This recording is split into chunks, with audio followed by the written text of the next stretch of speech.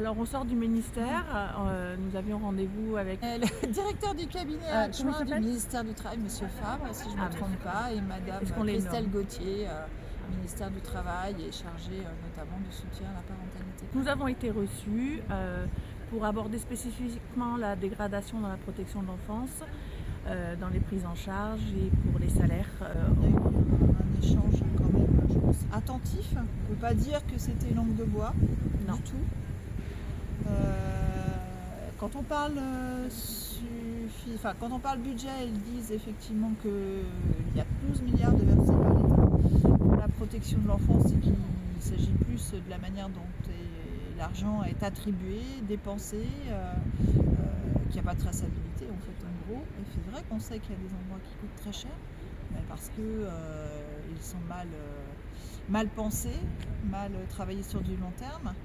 Et je crois qu'il y a un gros travail, on leur a parlé de plan pluriannuel, donc ça ils sont d'accord avec nous sur le fait effectivement qu'on doit penser les choses comme ça. Ce qu'on a aussi apporté et discuté, c'est sur une renationalisation de la protection de l'enfance qui fait débat.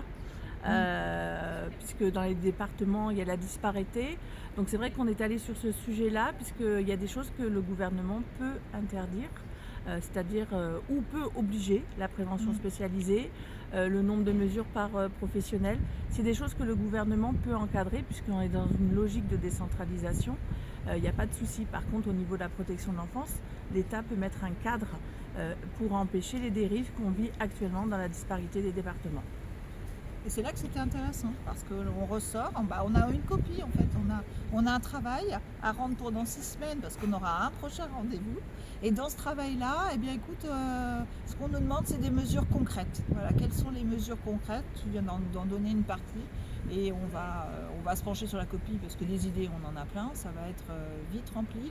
Sur la question de la convention unique et étendue, on a pu découvrir en fait que les représentants employeurs ont été reçus par les mêmes interlocuteurs il y a quelques semaines, ce qui nous permet en fait d'être à armes égales.